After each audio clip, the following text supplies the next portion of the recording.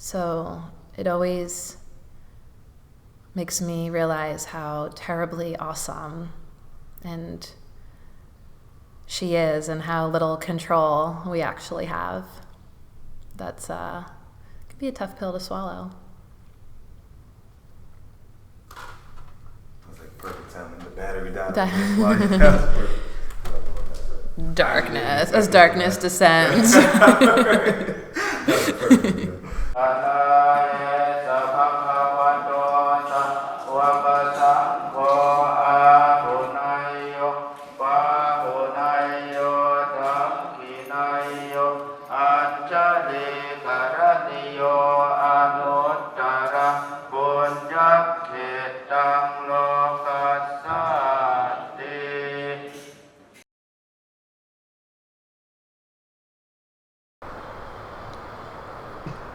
My name is Mariel Freeman. I'm from Stockton, New Jersey.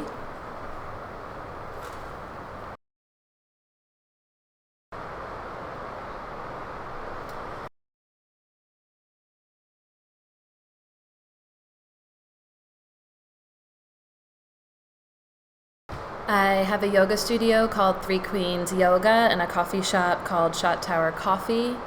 I guess I'm an entrepreneur and a yoga teacher trainer, formerly a barista, also a mother.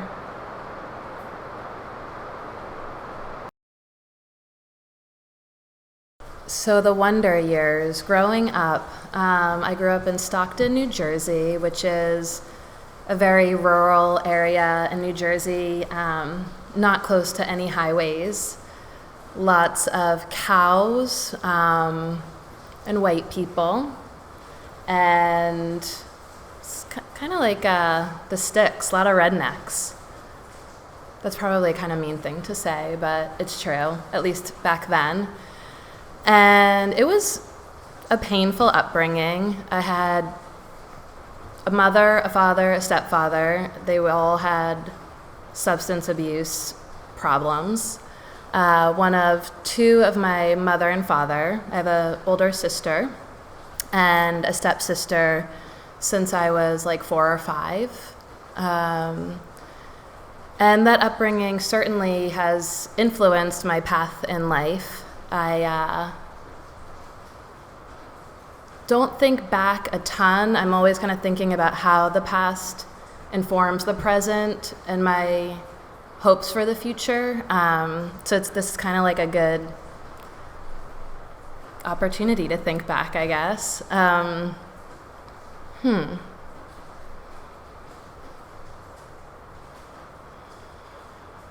think when I was a child, I thought that life was a punishment, and I didn't really understand why the environment I was in was so toxic. Certainly also growing up in a very rural area, I was very close to nature. The river was my backyard. There was river and woods, and there was so much about it that was so beautiful, and so much about it that was so ferocious, sort of barbaric, and was trying to just figure out how to live, how to get by, what it was about, what it was supposed to be about. Couldn't wait to grow up and get out, and just had this voice in my heart that was telling me, like, you can do this, you're here for a reason, you have a purpose, and just kept listening to that voice and following that voice, thank goodness, because certainly those trappings of substance abuse, that was the model. So by 14, I would take anything I could get my hands on, really. And fortunately, somewhere, I guess around like 18 or 19, when I finally got away and got to college, I was kind of over a lot of the hard drugs at that time, 18. Still stoned most of the time, and started to do yoga for extra credits. Just, college was on me, so tried to load up the extra credits every semester, and discovered yoga. And it was like someone showed me where the light switch was, and was like, it's up to you. You can turn the lights on if you want. And that's really exactly what started to happen. And it was like moth to flame. I just kept wanting more and more and more. It was healing me in subconscious and unconscious ways, and eventually consciously I was doing a lot of healing work, and I thought, this is something I'll do for the rest of my life, not necessarily something I'll do with my life, but that would always be a part of my life. And eventually a natural just progression of the practice was like, you want to share it with other people. When it helps you, when something helps you and heals you, it's like you want to share it. I wanted to give that opportunity to other people.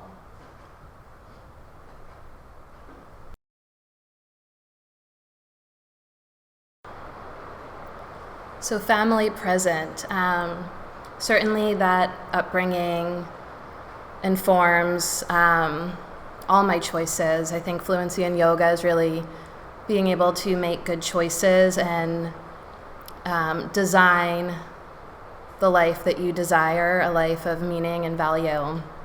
And so I chose a wonderful man who is a great partner and a great father. We have one child, a 4-year-old son. He's a great co-parent, and Theo, our 4-year-old, is a great kid so far. That saying, more than you expected, less than you bargained for. It's family life. And 2 awesome sisters who are very important to me in my life. And along with my husband, I got the mother I always needed and wanted, and a humongous Italian family. So, big family now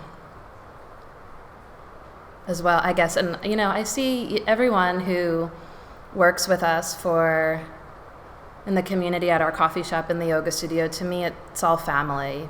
Even the regulars who come to the coffee shop in the yoga studio, to me, they're family. I think my husband would agree. We would do absolutely anything within our power for any member of our community, whether it's, a so-called employee that's family to us, a regular customer, we consider that family. And I think that a large part of my creative process and healing where I came from was to create the family I always wanted. So it's kind of a creative process.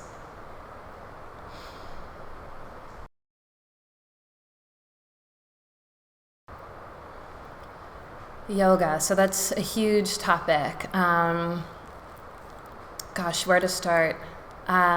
Yoga in the world today. When I'm in the yoga studio, I feel like I'm in my flow. There's nothing I love more than being in the studio. I spent most of the last 15 years probably inside of yoga studios.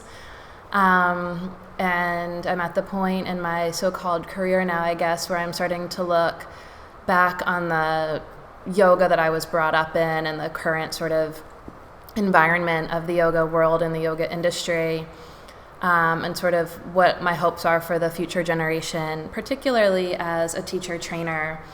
And I think that there's certainly this extent to which yoga is alive and thriving and flourishing across the world because it is this technology of consciousness that has had the ability to evolve over time, and across lands and across cultures. It is able to meet people where they are and speak to their needs.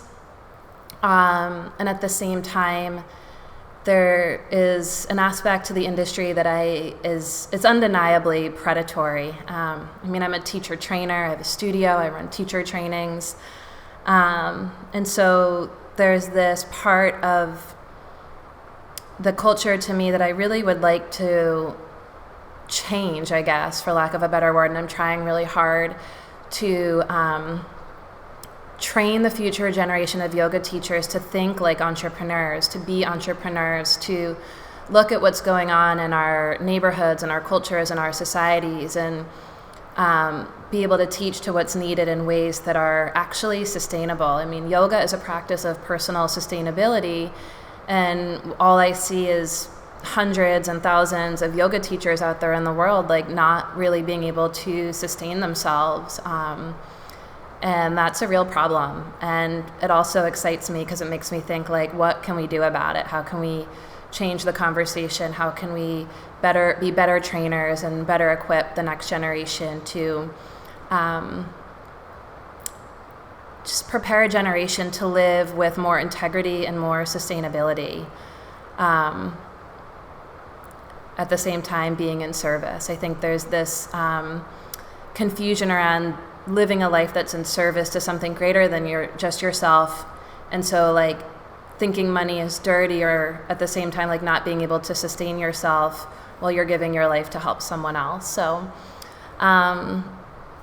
that's yoga. I mean, personally, to me, yoga is like so much more than what goes on inside the yoga studio. I think, like I said in an earlier chapter, yoga is, for me, it's really about designing a life that is meaningful and valuable, which is the sum of the choices we make. So the way that I practice yoga is not so much on my mat, although I take that time to sort of put my body back together, my aging body. But my yoga practice is every single choice I make every single day. Am I moving through the world with integrity in ways that are life-affirming and life-enhancing for myself and my family and those around me? And that's real fluency in yoga, and I try hard every day to walk it like I talk it.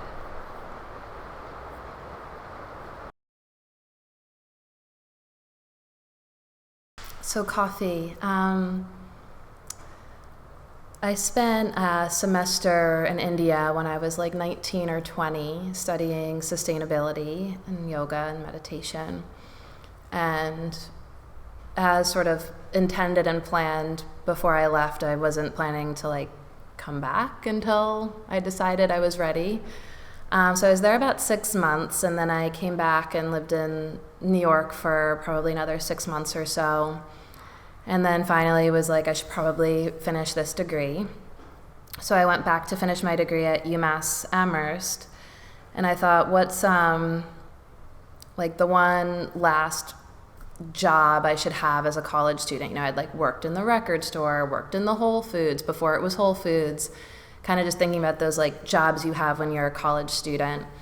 And I thought, I haven't worked in a coffee shop yet. And that's a culture that I found like interesting. I had done papers in coffee shops, spent time in coffee shops, sort of consuming it and observing it.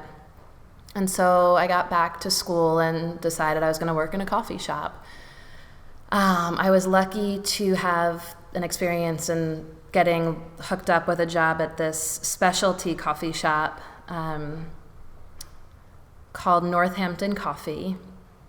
And I'll never forget, before I got the job, it was just like a block from where I was living, and I was sitting outside drinking a cup of coffee, and I felt like I was eating Pop Rocks. Like, just had a sip of black coffee, you know, up until that point, I'd probably been drinking coffee since I was like 5, like Folgers or whatever, with sweet and low and half and half. And by this time, I was drinking coffee black, and I took this sip, and it was effervescent. It was like popping around my mouth, and I went inside, and I was like, what am I drinking? This is not like any coffee drinking experience I've ever had before, and it was the single origin coffee from Kenya. So we ended up getting into a conversation about it, and I was just absolutely fascinated and intrigued.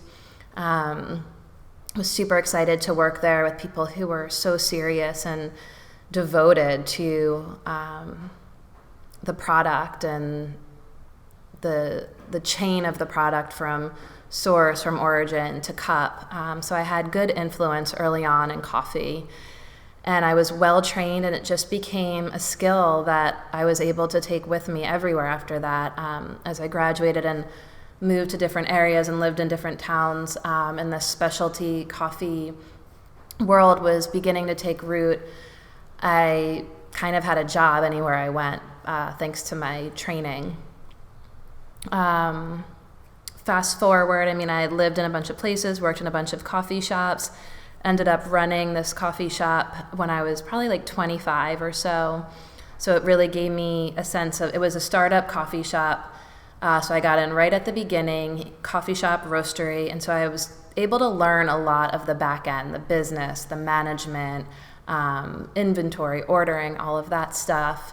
And that was kind of what was supporting me and sustaining me in my mid-20s as I continued to study yoga, going on 5+ years, but still it was costing me more to study and train than I was making teaching. I was teaching a lot, working full time, studying as much as I could, and the coffee was what sustained me.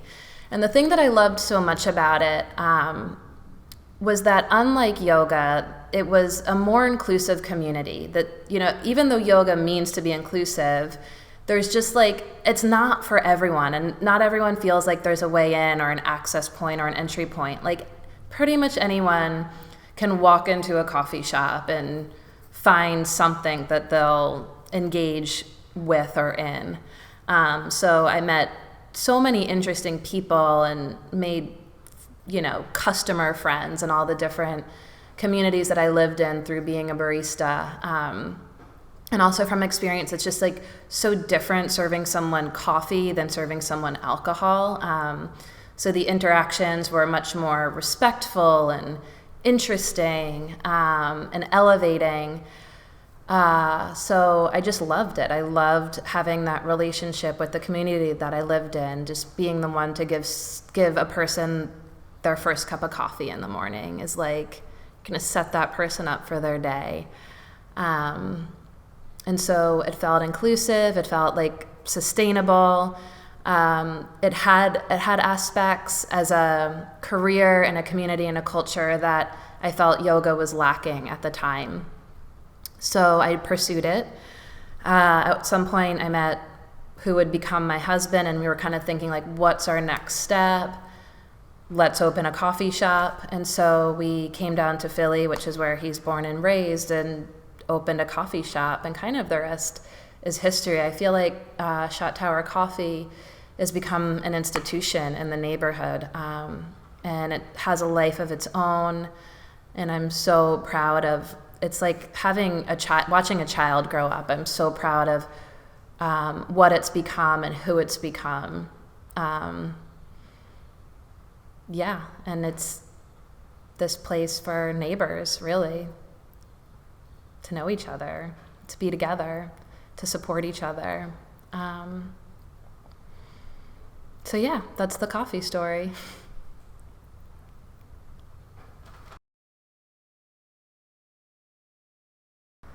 So meditation, I think that there's misunderstanding what meditation is, or I guess just maybe how I would define meditation. I spent a lot of time in my late teens and early 20s in meditation. When I graduated, when I was in India, I did a 10-day silent meditation retreat in Bodh Gaya, where the Buddha attained his enlightenment, and then did the pilgrimage to Sarnath, where he gave the first teachings of Dharma to his students, and spent another 30 days an informal silent retreat, where all day you're in silence at the temple, but you have the freedom to sort of leave the grounds at lunchtime or in the evening to sort of, I guess, an exercise in bringing it into the activities of your daily lives, to the activities of our lives. And those were powerful and profound adventures in consciousness. Worked through so much karmic shit just that had accumulated in this lifetime and probably over the course of many. And when I got back and I wrapped up my college education finally, rather than do that sort of conventional graduation walk or ceremony, I went back into silence for another 10 days in Western Massachusetts and had more adventures in consciousness, sitting in silence, walking in silence, being in silence. And you have an incredible opportunity in those contexts. It was a great privilege to get to know yourself, to hear yourself, to listen and to locate oneself. And I think that that training has given me great ability to continue to access that space where gravity and breath and mind and heart and body coalesce, and that meditation is really an exercise in finding center, the energy of the center, the wisdom of the center. It's always present, it's intrinsically peaceful, it's utterly powerful, and there are so many different techniques, meditation techniques, mindfulness techniques, exercises that we can use to train ourselves to be able to access that expansive center of being throughout our day. And so nowadays, would I like to be able to sit for 20 or 30 minutes every day? Sure, that sounds really nice. It's just not the reality of a mother, with businesses and children and obligations like it was when I was totally independent and autonomous in my late teens and early 20s. But it only really takes me like 5 minutes, or if needed, like 5 breaths, and I'm just totally tuned back in, and it affects the energy that we bring into the space that we occupy, that we share with others. And so it's been invaluable to me, I think, just the nature and character of the kind of like leader that I am, to be able to present that sort of spirit and sense and quality of peace and power at the same time, has come from my meditation practice. I think meditation is also just the ability to focus, to contemplate, to be considerate in our choices, and that every time you take that 3 to 5 second space, that extra breath or 2 or 3, it just gives us a moment to dial into center and to clarify and magnify the extent to which we can move from that space, which just brings so much more clarity and beauty to the world around us. And so that's, to me, what meditation is about, just the way in which we take the time to hear ourselves and to locate ourselves in a deeper sense, and to bring that presence from inside of ourselves out. I think a lot of people just meditate, and then are we asking ourselves in what way that introversion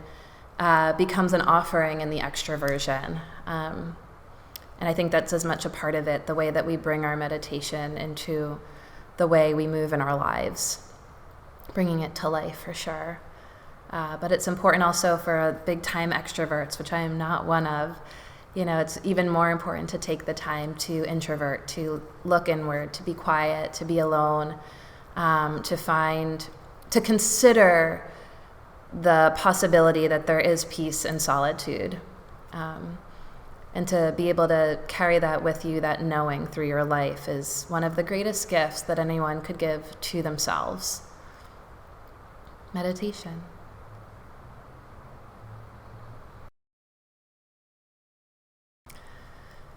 Mind, body, spirit, the Great Triad. So I think we often think of ourselves as a body that has a spirit, and I really believe that we are a spirit that has a body.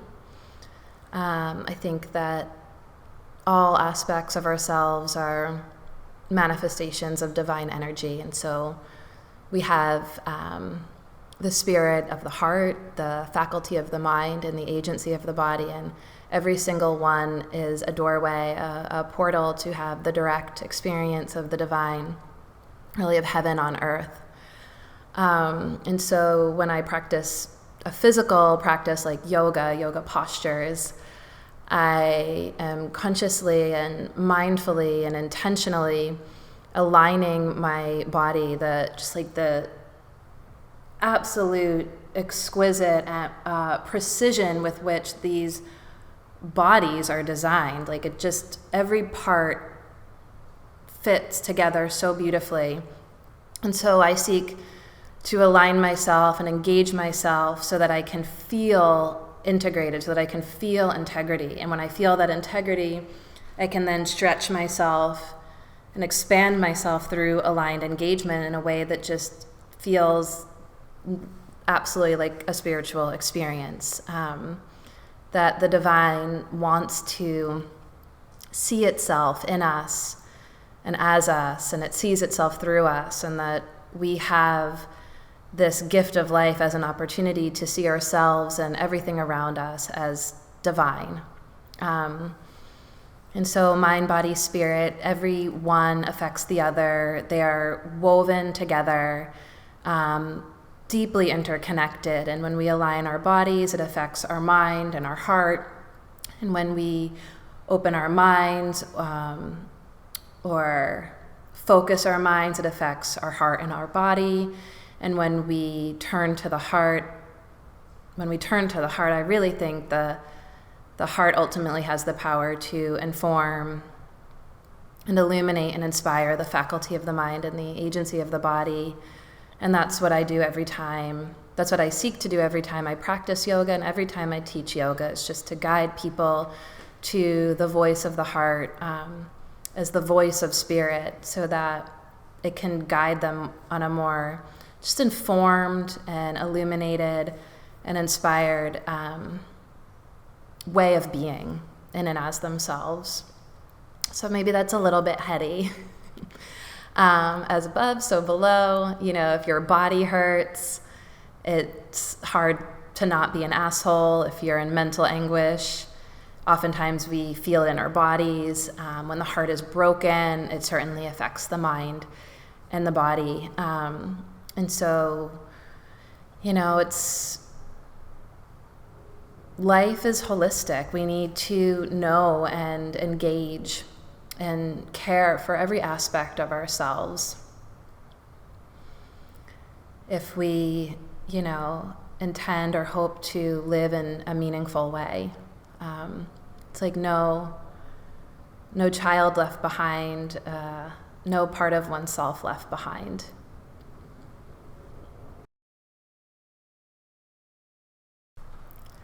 Entrepreneurship. So I'm an entrepreneur because I'm unemployable.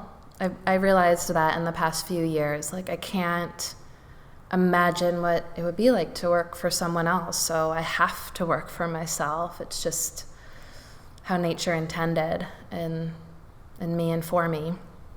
And, as an entrepreneur, I guess, it's not something that I know a lot about extrinsically because it just comes so intrinsically. I can't not be this. And even when I'm talking to students and neighbors and friends, the ideas just deluge out of me. I constantly have entrepreneurial ideas. I can't not. And then, the fun thing about it, this point in my life, is kind of looking back and being present and looking forward, sort of the me that I was, the me that I am, and the me that I've yet to become. It's about how to create kind of different business models. What is a bottom line? What is a business structure? What is an organization? And there are maybe textbook definitions and hundreds if not thousands of books written on these topics, but for me it's been really about finding my own way and defining it for myself in ways that feel meaningful and valuable to me and those around me. And so I don't think that either one of my businesses fit into any sort of textbook business model. It's my way, on my terms, but in a breathable way, in a way that I don't want to do it alone. My businesses are successful because of the people that are around me, not because of me. If my businesses depended on me, they would fucking fail. So I've learned really the truth: you are the company you keep, and so you keep good company, and it's all about the people that you surround yourself with. It takes a village to raise a child. It takes a village to raise and sustain a business. And I think of businesses like children. I want to give birth to them and then I want to help them grow, and at a certain point, I want to see them be sustainable and independent. And, so far, so good. We have 2 businesses with wind in the sails at this point that we love being a part of, but it also feels nice that, the world doesn't crumble, the ship doesn't sink in your absence. And it was hard work getting there. And, I can't say that we crossed all the T's and dotted all the I's, but we made it happen because we had to. It's survival, it's necessity, and you feed and tend to the necessities, and then you get to see the beauty that grows from that. And that's really what has become of the coffee shop. It's this beautiful, thriving being, the yoga studio, this beautiful, thriving being, and now hopefully the farm in Oregon will thrive. We'll see. But entrepreneur, for those of you out there that just feel autonomous, independent, it just kills you not to march to the beat of your own drum. You know who you are, you know that feeling. You're an entrepreneur, and you just got to figure out how to take the reins and make it happen. You're being called to because you have a purpose, and it's not necessarily someone else's purpose. You have your own. And acknowledging that and hearing that voice in yourself is really, in my opinion, a spiritual awakening that the world needs from you. So I love talking to young entrepreneurs and seasoned entrepreneurs and just hearing people's ideas and what they want to make happen and what they've made happen. It's to me like entrepreneur is artist. It means you're creative and you have this deep urge to manifest your art, your message, your purpose.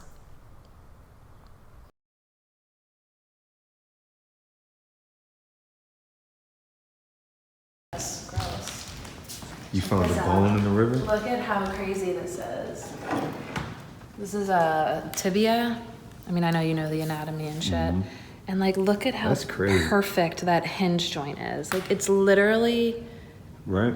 Perfect. Do you know? I mean, you don't know where this could have come from, right? What kind of animal? It looks like, you can see the pelvis. It's definitely a quadruped, so probably like a deer. Our pelvis is like this. This guy's like this. Oh, okay. I mean, it dried out, but this was totally mobile when I found it. And it's just absolutely exquisite how these little facets just fit into each other like a perfect jigsaw puzzle. How long ago was that? That I found this? Yeah. Maybe a month ago. Okay. So cool. And spinal canal would be in there. Energetic channel would be right here. Mm-hmm. It's the coolest thing ever. That is pretty cool. Just to think about the way our inner body is really designed so precisely. Mm-hmm. Okay, so this. Oh, so inspiration. I mean, if I'm in the mood, I find inspiration everywhere and anywhere. And if I'm not in the mood, it's hard. It's hard to be inspired. The things that inspire me the most, I guess, just my own journey and, trying to make a good life story inspires me. The phoenix, just, wanting to be this creature that rises from the ashes and soars. And really, I'm so inspired by all stories like that,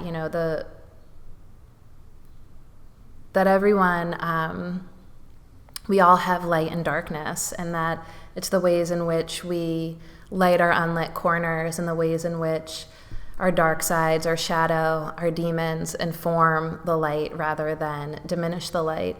I think that's really inspiring. I love a story where someone has grappled with and struggled with darkness, with pain, with suffering, with demons, with toxicity, and it becomes food for something greater in themselves and something greater than themselves. And I mean, I think that's the point. You know, it's hard to be inspired by the thought of someone who's never had to go through it, but it's hard to imagine that that person even exists. And it's this funny thing as a mom, you know, like I just want to protect my boy, but God, he'd turn into such an asshole if he never had to go through it. So I'm gonna have to figure that one out. So just inspired by people and their stories, where they've come from, where they've been, what they're going through, and how it adds dimension to their lives and how it enriches their lives. You know, I think, you know, it's about writing a good life story, creating a life of meaning, discovering your values, and then living your values makes for a valuable life, worth living and well lived. And so that's what inspires me. I love talking to other people. You know, I guess as a kid, it was Oprah that kept me going every day. Like, Oprah at 4, that's what I looked forward to. And that was probably a very important voice during those wonder years. Few key teachers and professors along the way. You know, the people who inspired me along the way, you know, they don't remember me, but I remember them. And I am inspired by the thought of having that same effect on someone else. Like, I don't necessarily remember them, but they remember me, and just thinking about all the people out there that I remember because they inspired me when I needed it the most. Yeah, inspiration. So my earliest memories of photographs and images are definitely album covers, you know, like pre-verbal. And it makes sense to me now that I can see like how my son could do a lot of things, like play music off an iPhone before he could even talk. Like, he knew what song he wanted to hear based on like it being like Kanye West or Justin Timberlake. He could pick it on a phone like before he was even 1. And my parents had, my mother and father, when they lived together, my father had this huge record collection. He just loved music and he loved art. And I just remember the records that were on like the bottom shelf that I could like crawl up to and pull out, and how he taught me how to like put it in the record player and turn it on. And I always went for, well, I guess I wasn't crawling by that point. I remember Like a Virgin and True Blue, 2 Madonna albums. And the True Blue one is this like iridescent bluish, which actually reminds me of a very psychedelic experience I had in meditation one time. And it's this iridescent blue, and she's kind of like throwing her head back, and it's just this beautiful picture of Madonna in like the early 80s, maybe like 84 or 85. I'm not really sure on the date of True Blue might have been a little bit later. But I couldn't have been any older than 4. And just that like close to the floor age of being able to like find it by picture and crawl to the record player and put it on. It's kind of cool just to think about the mind, body, and spirit of it, that the mental acuity and the physicality that you need to play the music that you want to hear when you're a tot. It's cool. So that's a fun memory trip.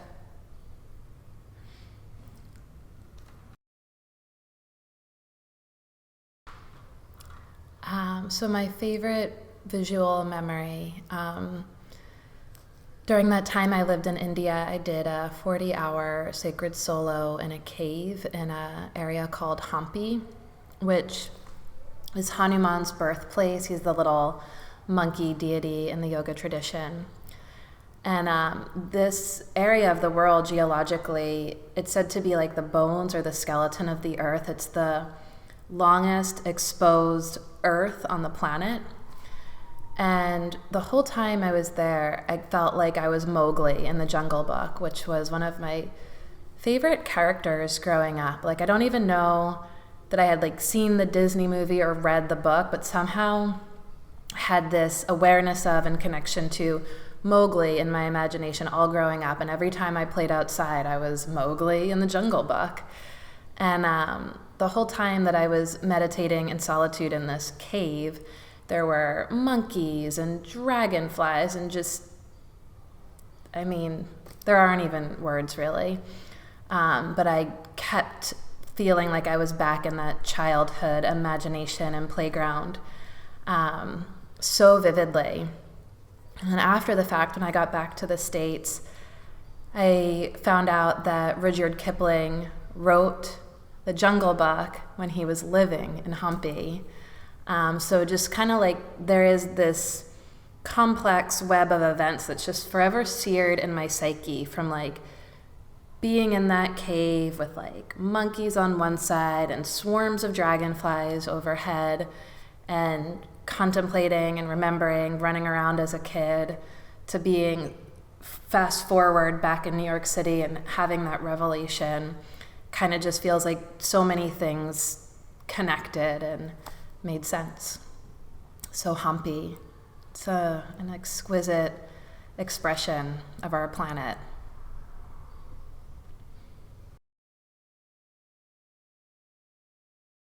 So in terms of terrible visual memories, I grew up in this little river colony. It called itself a colony, which is weird. But there are these little river bungalows along the Delaware River, and they're between kind of a couple bridges that go from the New Jersey side to the Pennsylvania side. There's this one sort of remnant of a bridge that was washed out from a flood, I think in the 50s. And all growing up, I would think like, wow, the river was that high and took out that like whole bridge. That's so crazy. It's so hard to imagine that nature has that kind of power and capacity for destruction. So that like was always an image that I was in the back of my mind growing up. And then over the course of growing up along the river, we had a tornado that just left homes totally flat with like furniture on highways like 3 miles away. Those images are really have stuck with me.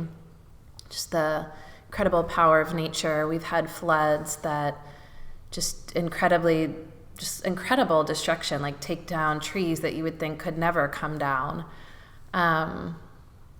And they're terrible memories, but they're also like really, truly, I don't use this word a lot, they are awesome memories. And these instances, it had been at least 50 years before that area had seen that level of destruction from nature. And then once it had that like 50-year mark, they have become more and more frequent. And I see it like where I actually grew up, not far from here, but like all over the country and all over the world, just, the fever and rage and power of nature and our planet.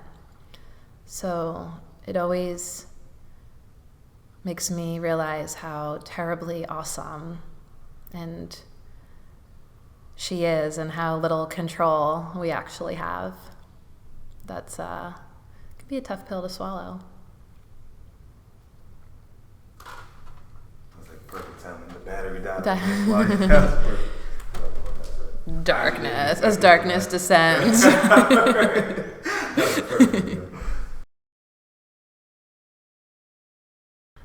So dreams. My earliest dream ever, I remember I was still in a crib. Don't know how old I was. I might have been like 4 and still in a crib, who knows. And I was being cooked in a cauldron. I remember it so vividly. And nowadays, I often have very active dreams, not all the time, but when I do, I usually wake up really tired. All the typical anxiety dreams, like driving a car and losing control, or like teeth falling out. But a few times in my adult life, I've had these lucid dreams where I'm floating or flying, and they've always had a premonition in them. Which is so weird. it'd be cool to learn more about what that is and how to cultivate it. The night before the towers went down, I had a floating dream that planes were crashing. And I was just floating around watching planes crash, and woke up and found out, not until midday what was going on, because we hadn't had the cable set up in our house yet. We had just moved. It was like a sophomore in college or something.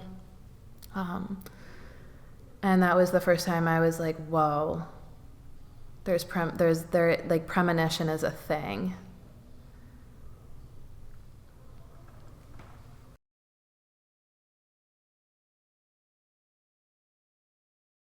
War.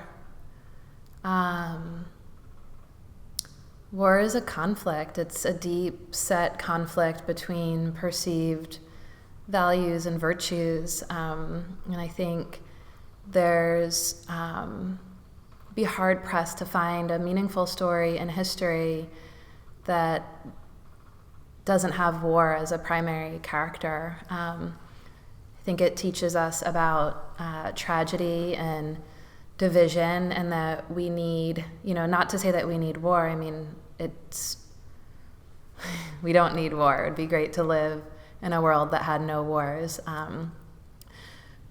But in a world where war is rampant, I think that our divisions both show us something about the company we keep, which reflects to us our values and our virtues, and are we asking ourselves which side we're on, and in which way our side reminds us of what we hold valuable and meaningful.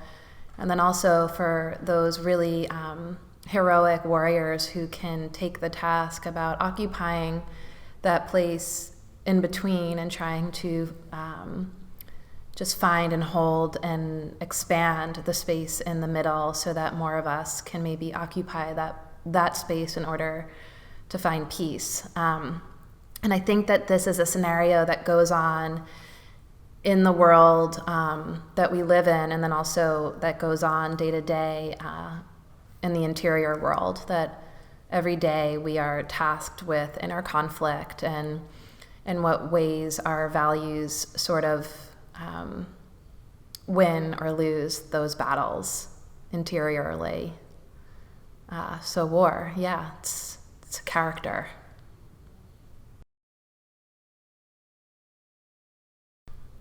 Weather. So weather is something that we all experience and we all share. I think of us as part of the rest of nature, and so to be that we are affected by our environment and the weather in our environment, and to not be sort of seasonally affected or affected by the weather, I think would be more of a disorder to not be affected by the weather than to be affected by the weather. That when the weather affects you, it shows you that you are part of the rest of nature.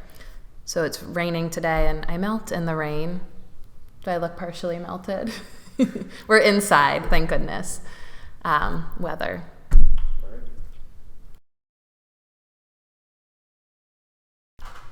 Perspective. So there's that saying, there's two sides to every story, his and hers, or there's three sides to every story, his, hers, and the truth. Hers, hers, and the truth. His, and the truth. Theirs, and the truth. But I think there are as many sides to a story as there are people to tell it. And that the more perspectives that can be offered and shared, then the closer we can get to experiencing something like the truth. So the more perspectives, the more possibility for finding truth.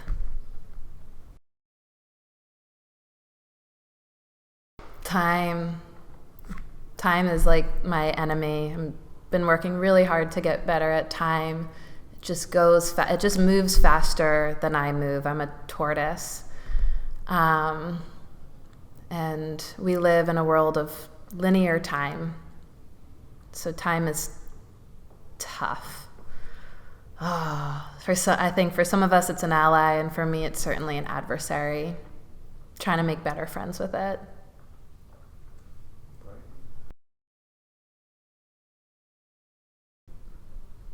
God. I think God is a name, a pet name for the divine. I think God is an essence, an essential energy that is at the heart of all things, animate and inanimate. And that in the practice of yoga, we are seeking to learn and know and hear the voice of God from within the heart. The word for God in yoga is Vasudeva, and it means the indwelling light of the heart. That's God.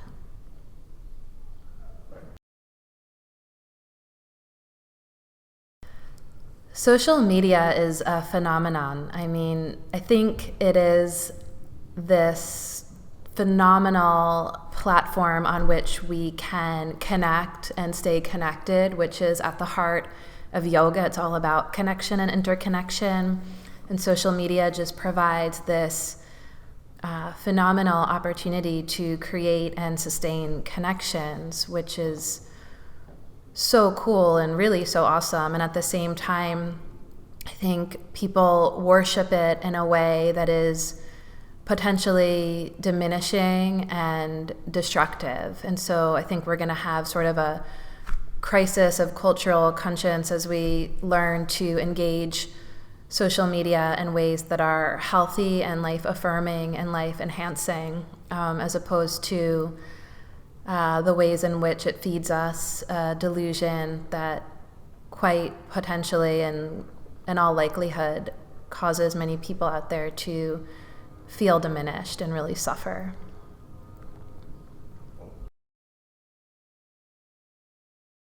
I've been thinking a lot about happiness lately and what it is and what it means. For me, I think by nature and thankfully, I'm inclined towards a pretty happy disposition, no matter the circumstances.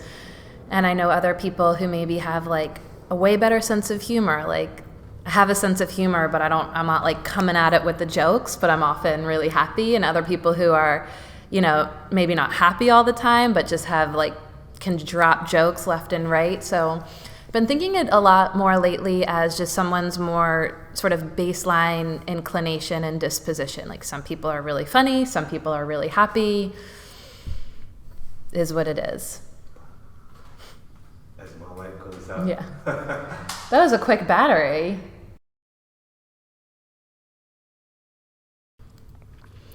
The future is the unknown. It's full of possibilities. And I think that a lot of folks are really terrified and scared of the unknown and prefer certainty. But certainty doesn't really have any openings. And so I just like to, when I think of the future, be really open.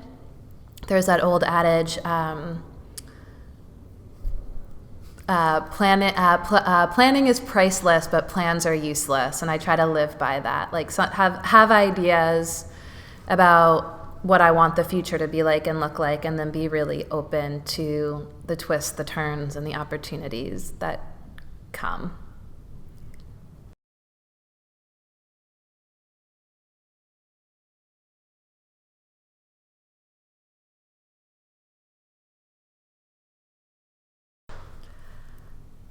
Things I wish people would have told me as I was getting to this point. From an early age, you are the company you keep, so keep good company. That means both with yourself, interiorly, and who you're hanging out with. That take the time to get to know and learn and hear the voice in your heart. It is so soft, it is so undemanding, it can barely be heard, and yet it longs to be heard, and it longs to be felt, and it longs to be shared. And it is telling you and reminding you constantly about what you have to offer. And when you are in and of the world, it's not about what the world is offering you, it's about what you have to offer. And that the more you offer your gifts, your talents, your skills, your virtues, the world will give itself back to you in the form of abundance and prosperity. What else? Be yourself. It's better to do you poorly in yoga world, it's like this saying, it's better to do your own dharma, your own duty poorly than to do someone else's well.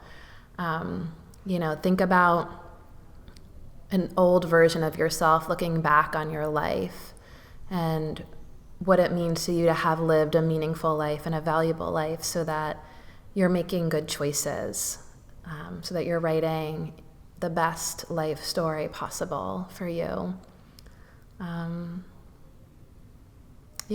And just create the life that you desire by following your heart and keeping good company.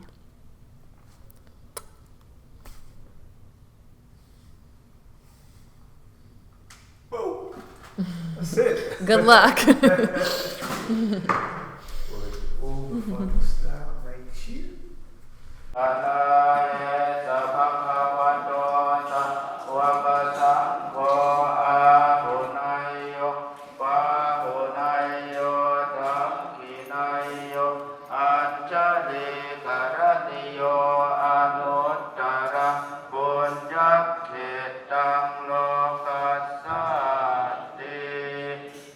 Handamayang Sarapatena Putta